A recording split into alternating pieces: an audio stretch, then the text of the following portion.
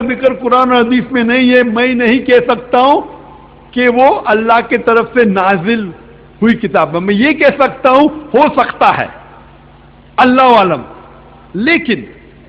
لیکن جو بات غور کرنے کی ہے، آج جب ہم دیکھتے ہیں بائبل وہ انجیل ہے ہی نہیں. ہم انجیل میں مانتے ہیں جو عیسیٰ علیہ السلام پہ نازل ہوئی تھی، لیکن آج کی بائبل میں لکھا ہے کہ لوط علیہ السلام نعوذ باللہ اللہ کے پیغمبر اپنی بیٹیوں کے ساتھ زنا کرتے. میں اس بات کو مان ہی نہیں سکتا ہوں.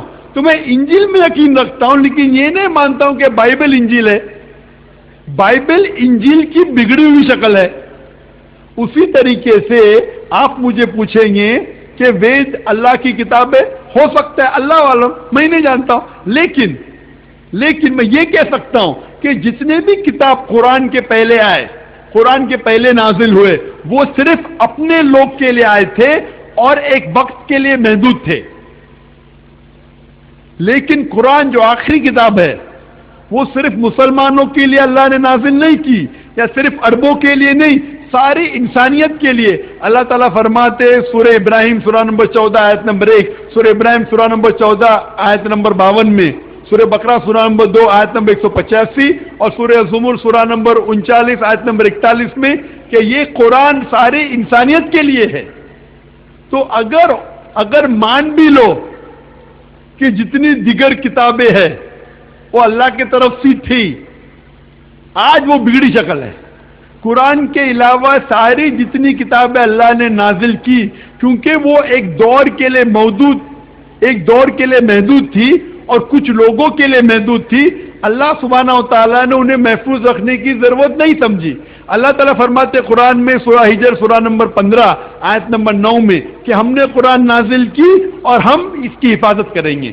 تو مان بھی لو باقی دیگر مذہب کتابیں اگر اللہ کی طرف سے تھی بھی، وہ صرف ان لوگوں کے لیے تھی اور اس وقت کے لیے تھی. آج ساری انسانیت پورے دنیا میں، چاہے وہ سعودی عربیہ میں رہ رہے، چاہے امریکہ میں رہ رہے، چاہے یو کے میں رہتے، چاہے انڈیا میں رہتے، چاہے کینیڈا میں رہتے، سارے انسان کو ماننا چاہیے آخری کتاب وہ قرآن ہے اور آخری پیغمبر محمد صلی اللہ علیہ وسلم. Hope that answers the question. Mic number 2 پہ ہمارے اگر کوئی برادران وطن میں ہیں تو سوال کر سکتے ہیں. نام بتائیں اور کیا کر رہے ہیں وہ بھی. السلام علیکم، میرا نام ایاز محمود ہے. جی کسی بھی مائک پہ اگر جی مائک نمبر 4 پہ، مائک نمبر 3 سے ایک ہمارے مائک نمبر 4 جی. نمسکار سر، میرا نام ہرونش لال ہے اور میں سٹیاؤں سے رہنے والا ہوں. میں موبائل کا کام کرتا ہوں.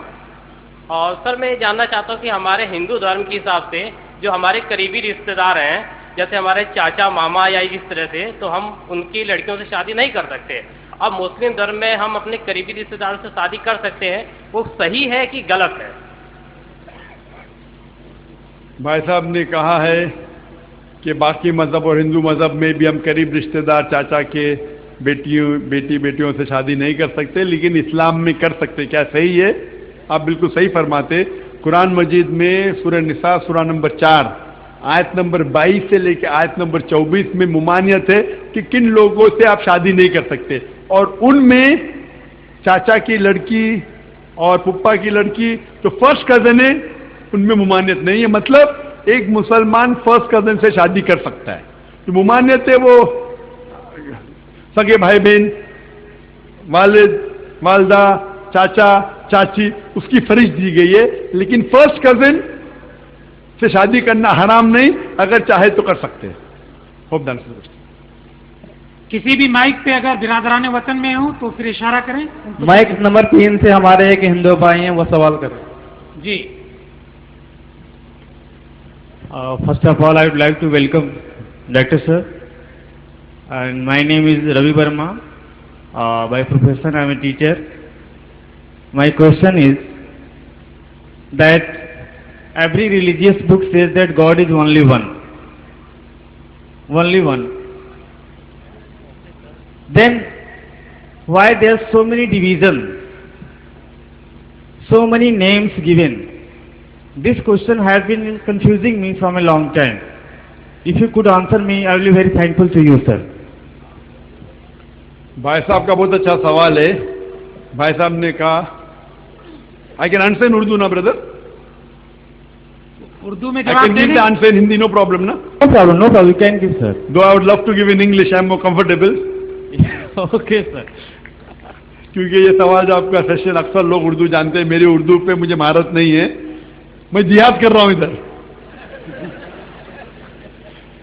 लोग समझे मैं कत्ल नहीं कर रहा, मैं जिहाद कर रहा हूँ. तो अल्लाह कबूल फरमाए मेरे जिहाद को, क्योंकि मुझे अंग्रेजी पे महारत है. अंग्रेजी में मेरा फ्लोर अच्छा है, उर्दू हिंदी में जरा डबल सोचने पड़ता है. भाई साहब का सवाल था कि हिंदू मजहब में लिखा है कि एक ही खुदा की इबादत करना चाहिए. तो खुदा ने इतने मजहब क्यों बनाए? ये दिगर मजहब क्यों हैं? जब हर मजहब में लिखा है कि खुदा है, कि दिगर मजहब क्यों हैं? खुदा ने, अल्लाह ने सिर्फ एक ही मजहब भेजा.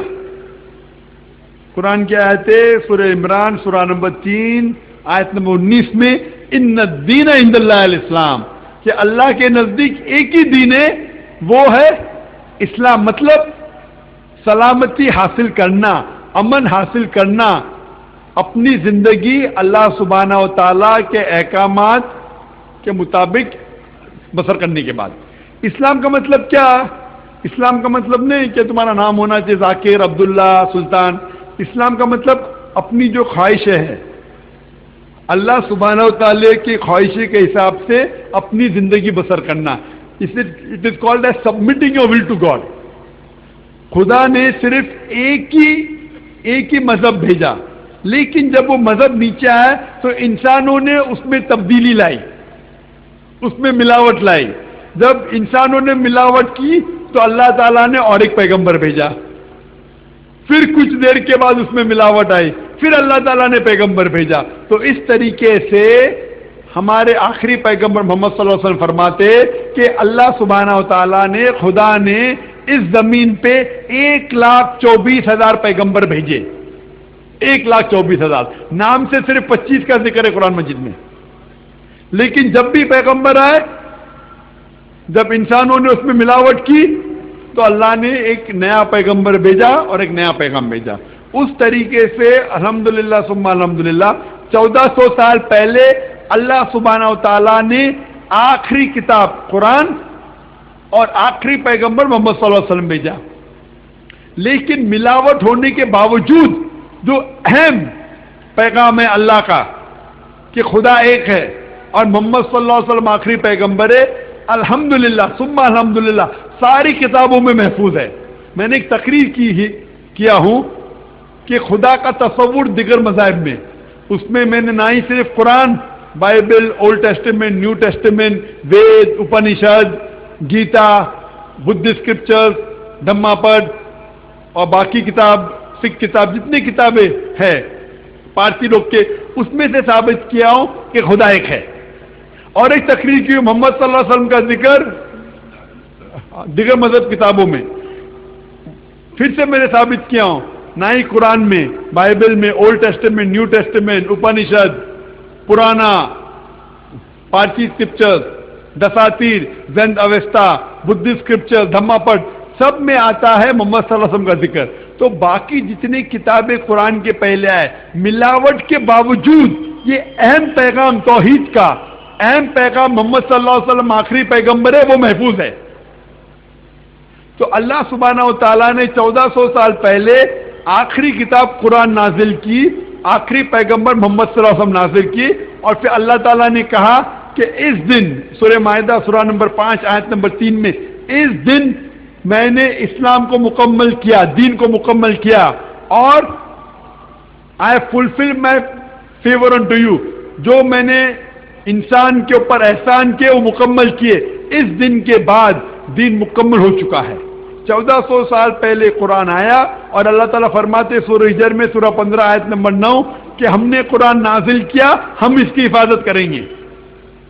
आप मुझे सवाल पूछेंगे कि अल्लाह ताला ने कुरान मजीद पहले क्यों नाजिल किया, ये बाकी किताब क्यों पहले की, तोरा, ज़बूर, इंजील और पहले नाजिल किए होते, मोहम्मद सल्लल्लाहु अलैहि वसल्लम को पहले ही भेजते थे तो प्रॉब्लम ही नहीं होता था. मैं जवाब ऐसा देता हूं, क्या मेरा बेटा वो डॉक्टर बनना